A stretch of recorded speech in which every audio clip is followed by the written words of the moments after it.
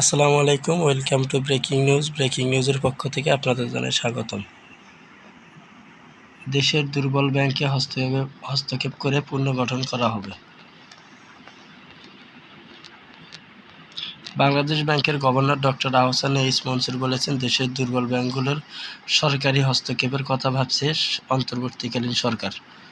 Banking ব্যবস্থাকে সবল করতে দুর্বল সরকারি ও বাণিজ্যিক ব্যাংকগুলোকে সরকারিকরণ করা হতে পারে।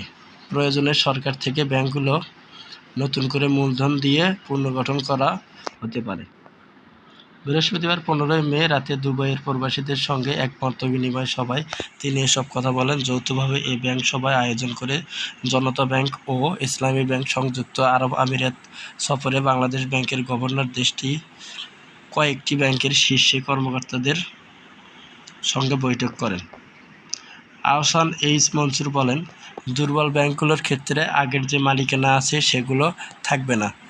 আমরা যেখানে হস্তক্ষেপ করে পুনর্গঠন করব, তবে কোনো আমানতকারী টাকা হারাবে না।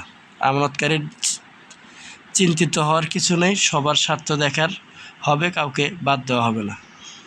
বিদেশে বিপুল পরিমাণ অর্থ পাচার নিয়ে বাংলাদেশ ব্যাংকের গভর্নর বলেন, অর্থ পাচারে জড়িতদের ধরতে প্রয়োজনীয় বিদেশি রাষ্ট্রগুলোর সহযোগিতা নেওয়া হবে।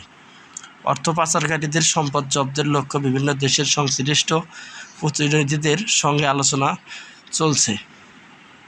সবাই মধ্যপ্রাচ্যের অন্য দেশের তুলনায় সাম্প্রতিক বছরগুলোয় সর্বাধিক রেমিটেন্স পাঠানোর আমিরাত প্রবাসীদের সাধুবাদ জানান দেশটিতে নিযুক্ত বাংলাদেশের রাষ্ট্রদূত তারেক আহমেদ। সাধারণ কর্মীদের বৈধ পথে আরও বেশি রেমিটেন্স পাঠাতে উৎসাহিত করতে ফি কমানোর বিষয়ে জোর দেন কনসাল জেনারেল মোহাম্মদ রাশিদুজ্জামান। অনুষ্ঠানে আমিরাতের বিভিন্ন প্রদেশে জনতা বাংলা ব্যাংকের নতুন 13টি বুথ স্থাপনের ঘোষণা দেন জনতা ব্যাংকের চেয়ারম্যান এম ফজলুর রহমান।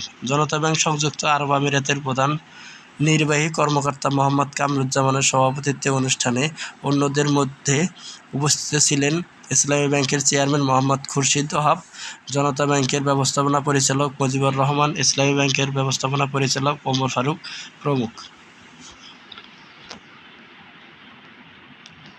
নতুন সব ভিডিও পেতে আমাদের চ্যানেলটিতে সাবস্ক্রাইব করে বেল বাটন অন করে রাখুন, যাতে সবার আগে সবসময় খবরটি পৌঁছে দিতে পারে আপনাদের মাঝে।